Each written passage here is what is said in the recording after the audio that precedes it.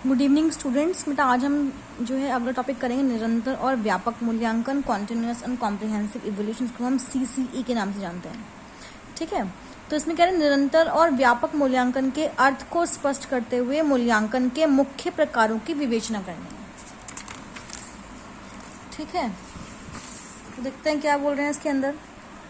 कह रहे हैं सबसे पहले इसका मतलब क्या होता है, मीनिंग क्या है इसका। तो कह रहे हैं निरंतर व्यापक मूल्यांकन एक आधुनिकतम मूल्यांकन पद्धति है। यह मूल्यांकन करने की एक ऐसी पद्धति है जिसके द्वारा परंपरागत मूल्यांकन पद्धतियों की कमियों को दूर किया जा सकता है।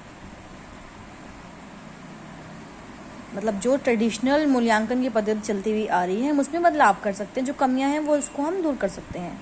इस प्रकार का मूल्यांकन परंपरागत मूल्यांकन पद्धतियों को स्वीकार नहीं करता है। मतलब जो आज के तारीख का जो व्यापक मूल्यांकन है वो ट्रेडिशनल मूल्यांकन की पद्धति को, मतलब प्रोसेस को स्वीकार नहीं कर पा रहा है। मूल्यांकन एक निरंतर व्यापक प्रक्रिया है और समूची शिक्षा प्रणाली का प्रयोग किया जा सकता है। विद्यार्थियों के विभिन्न प्रकार के किए जाने वाले मूल्यांकन का लक्ष्य निर्धारित होना जरूरी है। इन लक्ष्यों की प्राप्ति राजनीतिक, सामाजिक और आर्थिक स्थितियों, मनोवैज्ञानिक विकास, मानवीय ज्ञान और सांस्कृतिक धरोहर जैसे अनेक स्रोतों से प्राप्त की जा सकती है। इस प्रकार के लक्ष्यों को केवल शैक्षणिक क्रियाओं तक सीमित नहीं कर सकते, बल्कि इसमें विद्यार्थियों के व्यक्तित्व के सर्वांगीण विकास को भी शामिल करना जरूरी होता है। इसके अंतर्गत विद्यार्थियों के शैक्षणिक विकास का स्तर और वांछित व्यक्तिगत और सामाजिक गुणों आदि के विकास का भी ध्यान रखना यहाँ पर जरूरी है। कह रहे हैं जो भी लक्ष्य की हमने यहाँ बात करी है वो लक्ष्य को प्राप्त करने के लिए पाठ्य सामग्री और उसे प्राप्त करने के विभिन्न पद्धतियों में अधिगम परिस्थितियों के माध्यम से व्यापक ढंग से विकसित करने की जरूरत है। छात्रों को उनकी परिस्थितियों से परिचित करवाने के बाद इसका मूल्यांकन करना होगा कि उन परिस्थितियों ने छात्रों को लक्ष्य प्राप्त करने में किस सीमा तक हेल्प करी। करें यदि वांछित ज्ञान के स्तर का विकास सही ढंग से नहीं हुआ तो इसका मतलब क्या है कि इस लक्ष्य को प्राप्त करने के लिए जिन पाठ्य सामग्री और पद्धतियों का अनुसरण किया गया है वो प्रभावशाली नहीं थे। इस मूल्यांकन के द्वारा शैक्षणिक सामग्री और पठन पाठन की पद्धतियों की समीक्षा करनी होगी और उन्हें अपेक्षित ज्ञान के स्तर तक लाने के लिए यथा आवश्यक परिवर्तन करना होगा। इस प्रकार से मूल्यांकन को लक्ष्य आधारित बनाया जा सकता है। अगला है कॉन्टिन्यूटी, मतलब निरंतरता। इससे आपके समझते हैं तो कह रहे हैं वार्षिक परीक्षा के परिणामों के आधार पर छात्रों के विकास और उनके ज्ञान स्तर की जानकारी यहाँ मिल जाती है, लेकिन इस प्रथा के अवांछित परिणामों से हम भलीभांति परिचित हैं। ये वह प्रथा शैक्षणिक लक्ष्यों के बिल्कुल उल्टी होती है, विपरीत होती है। विद्यालय के सभी कार्यक्रमों में अंतर्निहित निरंतर मूल्यांकन इस समस्या के माध्यम से छात्रों की योग्यता और अयोग्यता के संबंध में नियमित रूप से उपयोगी लक्ष्य संतुलन संभव हो सकेगा। इस प्रकार के तथ्यों का प्रयोग ऐसे विकसित शिक्षण के रूप में हो सकता है जिसके द्वारा छात्रों के सर्वांगीण विकास पर ध्यान केंद्रित रहे और शिक्षा के पूर्व घोषित लक्ष्यों को भी प्राप्त किया जा सके। इस प्रकार के रचनात्मक मूल्यांकन छात्रों की कार्यकुशलता के स्तर को सुधारने और उनके अधिकतम विकास की व्यवस्था को सक्षम बनाने में सहायता करते हैं। हमें इस प्रकार के मूल्यांकन के परिणाम जल्दी ही मिल जाते हैं। मतलब जो हम CCE पैटर्न को अपनाते हैं इसके परिणाम जल्दी मिल जाते हैं। इसलिए निरंतर व्यापक मूल्यांकन स्वयं लक्ष्य न होगा, मतलब खुद लक्ष्य न होकर एक लक्ष्य को पाने का साधन मात्र। जो निरंतर मूल्यांकन है ये एक एम नहीं है, ये एम को प्राप्त करने का साधन है। नेक्स्ट है कॉम्प्रिहेंसिव, मतलब व्यापकता। तो कहते हैं परंपरागत मूल्यांकन पद्धति पर एक नजर डालने से यह ज्ञात होता है कि इसका क्षेत्र केवल शैक्षणिक पक्षों तक ही सीमित था, जो इस पद्धति की सबसे बड़ी कमी थी। मतलब इसका जो है, इसकी जो कमी है वो ये है कि इसका इस्तेमाल हम केवल शैक्षणिक पक्षों में ही कर सकते हैं। शिक्षा के अलावा अन्य पक्षों के मूल्यांकन की कोशिश ही नहीं की जाती थी क्योंकि वह उसके विकास का लक्ष्य भी नहीं था। इस प्रकार से विद्यालयों के अध्यापकों और विद्यार्थियों की सारी शक्ति केवल शिक्षा का ही ध्यान दिया गया। बच्चों को सर्वांगीण विकास के उद्देश्य के बाद भी शिक्षा पद्धति उसे हासिल करने में सफल नहीं रही। तो इस प्रकार से जो ये परिस्थिति बनी वो काफी सोचने का विषय बन गया था। परिणाम क्या निकला कि छात्रों में विकृत व्यक्तित्व उत्पन्न हो। इस संबंध में छात्रों के व्यक्तित्व विभिन्न पक्षों से जुड़े हुए व्यापक मूल्यांकन की योजना तैयार की गई। मूल्यांकन की इस आधुनिक पद्धति के द्वारा सिद्धांत और व्यवहार के बीच की खाई को कम करने में महत्वपूर्ण सहायता मिली। मतलब जो पुरानी विधि चलती हुई आ रही थी उसमें बहुत सारी कमियां थी, कि वो उससे शिक्षक के लिए इस्तेमाल करता था और बच्चों में विकृत बच्चों में आने लगी थी, तो उसको दूर करने के लिए आधुनिक पद्धति का इस्तेमाल किया गया था।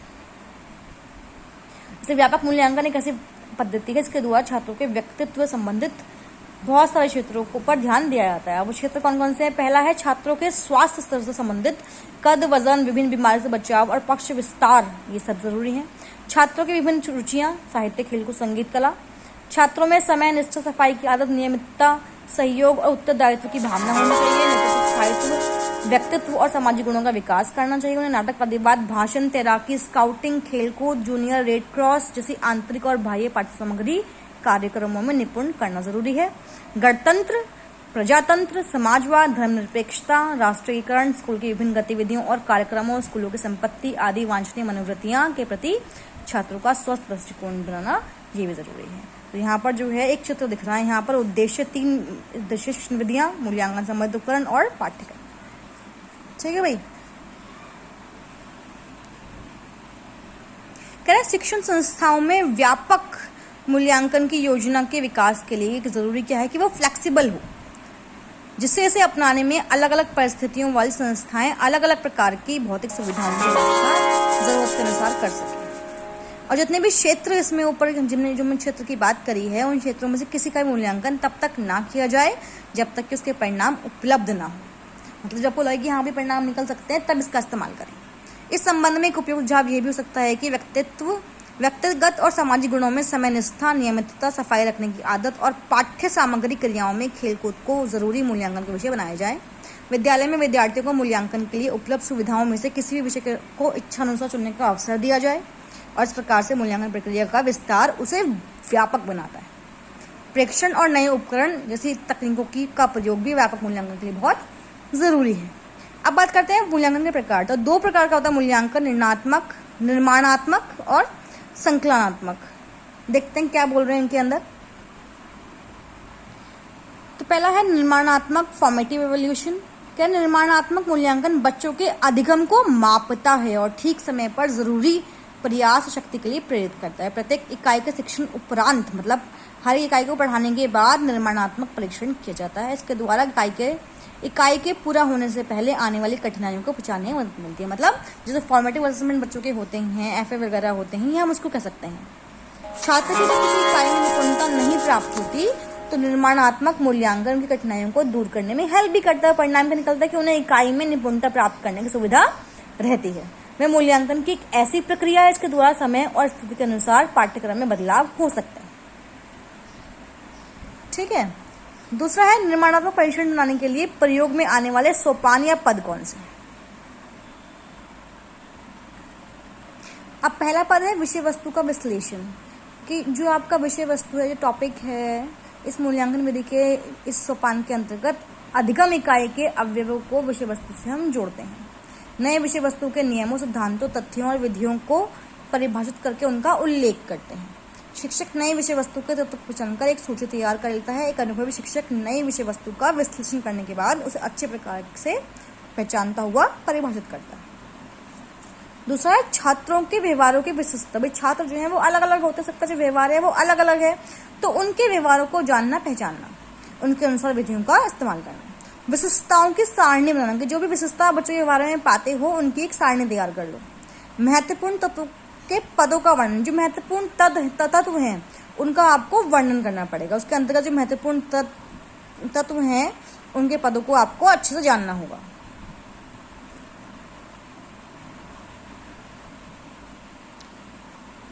ठीक है। तो ये था आपके सोपान।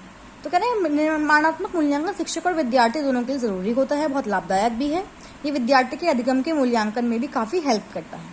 ये विद्यार्थी को उचित दिशा में शक्ति लगाने के लिए प्रेरित करता है। विद्यार्थियों को किसी विशेष विषय वस्तु में निपुणता देकर यह सार्थक प्रेरणा में काम करता है। विद्यार्थी द्वारा किसी विषय वस्तु पर अच्छे प्रकार से निपुणता न प्राप्त करने की स्थिति में निर्माणात्मक मूल्यांकन उसके विषय वस्तु अधिगम के मार्ग में आने वाली बाधाओं से परिचित करवाता है और शिक्षक विद्यार्थियों को उसे सीखने के लिए दोबारा से मार्ग निर्देशन देता है। इसकी सहायता से शिक्षक आज के छात्रों के परिणामों की तुलना पहले के छात्रों के परिणामों से भी कर सकता है। अगला है आपका संकलनात्मक मूल्यांकन। इसमें क्या होता है, मतलब समेटिव इवैल्यूएशन, जो आपके साल में 2 बार होते हैं। हम क्या है? संकलनात्मक मूल्यांकन का संबंध पाठ्यक्रम के परिणाम को मापने से है। पाठ्यक्रम की रचना विशेष लक्ष्यों के मद्देनजर की जाती है। इन लक्ष्यों में शिक्षा द्वारा समाज का विकास और बच्चों की बहुमुखी उन्नति होती है। संकलनात्मक मूल्यांकन का लक्ष्य बच्चों में पाठ्यक्रम में सुधार के परिणाम स्वरूप उनके मूल्यांकन में उसमें सुधार करना होता है। इस प्रकार के मूल्यांकन का मुख्य उद्देश्य अधिगम इकाई के निपुणता स्तर को मालूम करना है और कमियों के बारे में बताना है जो एक बच्चे द्वारा निपुणता प्राप्त करते समय आती है। इसके अलावा संकलनात्मक मूल्यांकन बच्चों को उनके उद्देश्यों की उपलब्धि के अनुसार बांटता भी है। बच्चों में कैसे परिवर्तन होता है ये उससे अधिक संबंधित है। जो मुख्य लाभ है इसका वो ये है कि परिवर्तन पूरा हो चुका है और शेष बची कमियों में सुधार हो सकता है। संकलनात्मक मूल्यांकन में महत्वपूर्ण कार्यों की श्रेणी में बांटना, समूह की उपलब्धियों में तुलना करके सुधार करना, कोर्सों की सफलता की पृथकना और प्रमाणीकरण को शामिल किया जाता है।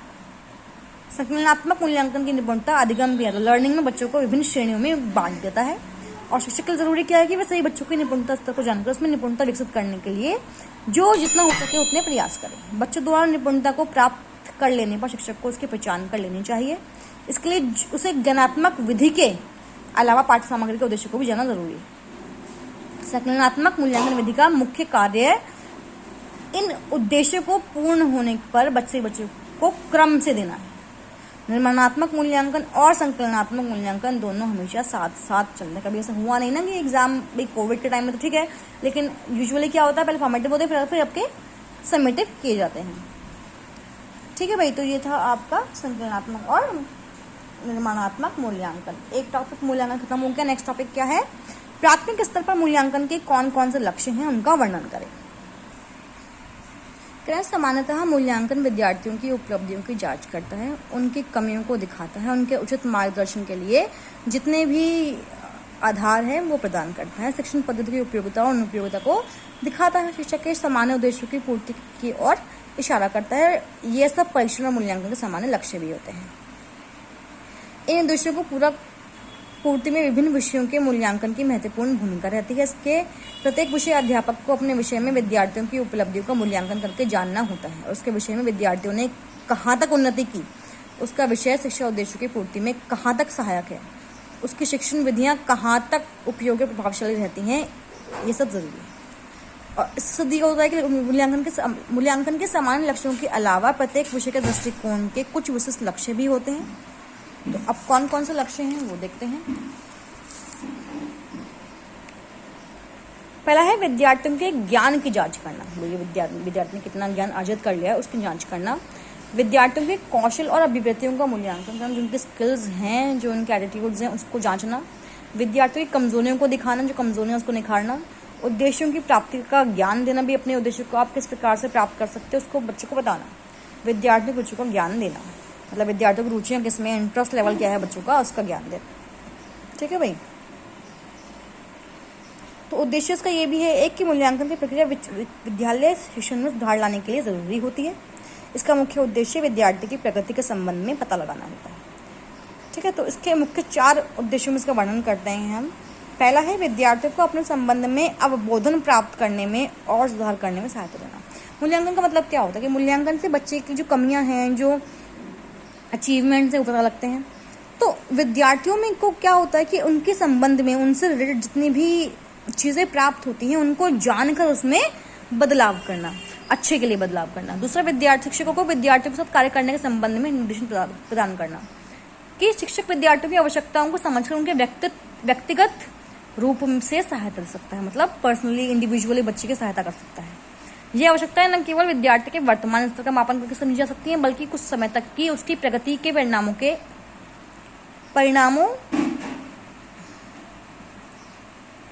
ऊपर ध्यान देकर भी समझी जा सकती हैं। तीसरा है अभिभावकों को अपने बालकों के साथ कार्य करने के संबंध में निर्देशन देना कि इवोल्यूशन के बाद हम पेरेंट्स की भी हेल्प सकते हैं, पेरेंट्स को हम अवगत कर सकते हैं इस बात से कि बच्चों में कितना सुधार करना अभी बाकी है और वो कहाँ तक हेल्प कर सकते हैं। और भविष्य के लिए अभिलेख को रखना कि भविष्य में बच्चों की हेल्प करने के लिए जो भी रिकॉर्ड्स हैं उनको लिख कर रखना।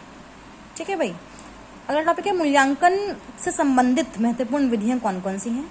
प्राथमिक कक्षाओं के बच्चों के लिए आप कौन सी मूल्यांकन विधियों का इस्तेमाल करेंगे। कह रहे मनुष्य का व्यवहार बड़ा ही कॉम्प्लेक्स होता है, इसका वर्णन या मूल्यांकन किसी एक विधि पर हम नहीं कर सकते हैं। इसके लिए मूल्यांकन की विभिन्न विधियों की आवश्यकता होती है। हमारे स्कूल में वर्ष में 2 या 3 बार परीक्षाएं ली जाती हैं और वे केवल शिक्षा संबंधी योग्यताओं की जांच करने के लिए ही होती हैं। बच्चे के व्यक्तित्व के बहुमुखी गुणों की परख की ओर ध्यान वहाँ पर नहीं दिया जाता है। साल भर में केवल 2-3 बार किया गया मूल्यांकन पर्याप्त नहीं हो पाता। हर रोज का पर्याप्त जो मूल्यांकन है वो ज़रूरी है। तो मूल्यांकन कुछ विधियां हैं जो आजकल स्कूल में अपनाई जाती हैं। तो परीक्षा हो गई आपकी, हर प्रकार के टेस्ट हो गए आपके, बच्चों संबंधी जानकारी के विवरण पत्र और कम्युनिटिव रिकॉर्ड्स हो गए, रेटिंग स्केल्स और सोशियोमेट्रिक यंत्र हो गए, भेंटें हो गए, निरीक्षण हो गया। अब परीक्षाएं की बात करते हैं। परीक्षाओं में क्या होता है कि परीक्षा शब्द लैटिन शब्द एग्जामिन से लिया गया। इसका मतलब तराजू झंडी, और सिंपल भाषा में कहें तो परीक्षा ज्ञान प्राप्ति और योग्यता दर्शाने का साधन है, चाहे इसे स्कूल के अध्यापक ले या फिर कोई भाई संस्था। भेद कितने हैं इसके? पहला है आंतरिक परीक्षाएं, दूसरा है बाह्य परीक्षाएं, लिखित परीक्षाएं, मौखिक परीक्षाएं और क्रियात्मक परीक्षाएं। कह रहे हैं इनकी बात एक और प्रकार से भी की जा सकती है, व्यक्तिगत परीक्षाएं, सामूहिक टेस्ट और क्रियात्मक टेस्ट। इस प्रकार से भी हम इसका कर सकते हैं।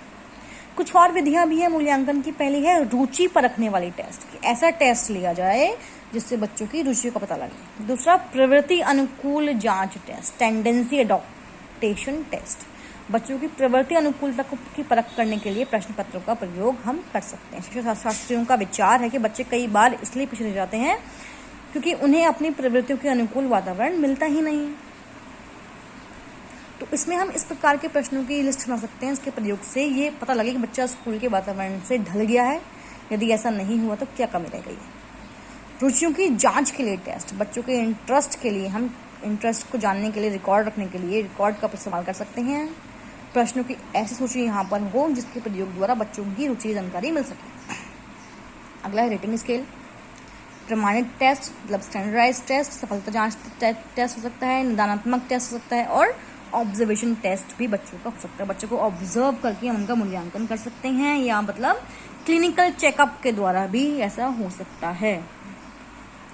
ठीक है भाई, तो ये कुछ चीज़ें थी जिससे हम बच्चों का मूल्यांकन कर सकते हैं। 3 टॉपिक आज क्लियर हुए हैं, बाकी टॉपिक जो है हम कल करेंगे। भी मूल्यांकन का टॉपिक ही चल रहा है, अभी खत्म नहीं हुआ है मूल्यांकन का टॉपिक। एक क्वेश्चन और कर लेते हैं, छोटा सा टॉपिक है। नेक्स्ट है कि एक अच्छे मूल्यांकन उपकरण कौन कौन से मुख्य विशेषता होती है। विशेषता की बात करें कौन कौन सी अच्छे मूल्यांकन की विशेषताएं होंगी। तो पहली है कि वैल्यूएबिलिटी, वैधता और विषयानुकूलता, मतलब जो आपका मूल्यांकन है वो वैलिड हो। ठीक है भाई, विषयानुकूलता का मतलब क्या है कि मूल्यांकन द्वारा उस ज्ञान और केवल उस ज्ञान की ही जांच की जाए जिसके लिए परीक्षा ली जा रही है। दूसरा विश्वस्तता के मतलब रिलायबल हो, उस पर विश्वास कर सके। मतलब क्या है कि मूल्यांकन चाहे कोई भी करे, किसी भी समय करे, परिणाम सदा ही हो और ऐसी आशंका न रहे कि यदि कोई और परीक्षक परीक्षा लेता है या यदि किसी परीक्षक किसी और समय परीक्षा लेता है तो परिणाम इससे अलग आए। कैसी भी स्थिति हो, परीक्षा का परिणाम मुझे सही मानना चाहिए। ऑब्जेक्टिविटी मतलब वस्तुनिष्ठता, कहते हैं उत्तम परीक्षा में वस्तुनिष्ठता का होना भी जरूरी होता है। इसका मतलब क्या है कि प्रश्नों के उत्तर निश्चित हों और एक प्रश्न का उत्तर केवल एक ही हो। सिंपलिसिटी मतलब परीक्षा का जो मूल्यांकन है वो सिंपल हो, सरल हो, उसकी व्यवस्था करने में किसी प्रकार की कठिनाई ना आए। ठीक है, फिर है कॉम्प्रिहेंसिव, विस्तृत रूप होना चाहिए, व्यापक हो। ठीक है, निबंधात्मक परीक्षा में अभाव, कह रहे हैं कि भाई विस्तृतता का गुण जो है ऐसा गुण है इसका एक अच्छे मूल्यांकन में होना जरूरी है, परंतु इसका जो प्रचलित निबंधात्मक परीक्षाओं में इसका अभाव है। ठीक है, और लास्ट जो है वो है डायग्नोस्टिसिटी, मतलब निदानात्मक की परीक्षा का मूल्यांकन हमेशा इस उद्देश्य से होता है कि जो भी कमी बच्चों के अंदर रह गई है उसको हम दूर कर सकें। डायग्नोस करना, एनालाइज करना कि बच्चों में कहाँ तक अचीवमेंट हुआ और क्या त्रुटि यहाँ पर रह गई।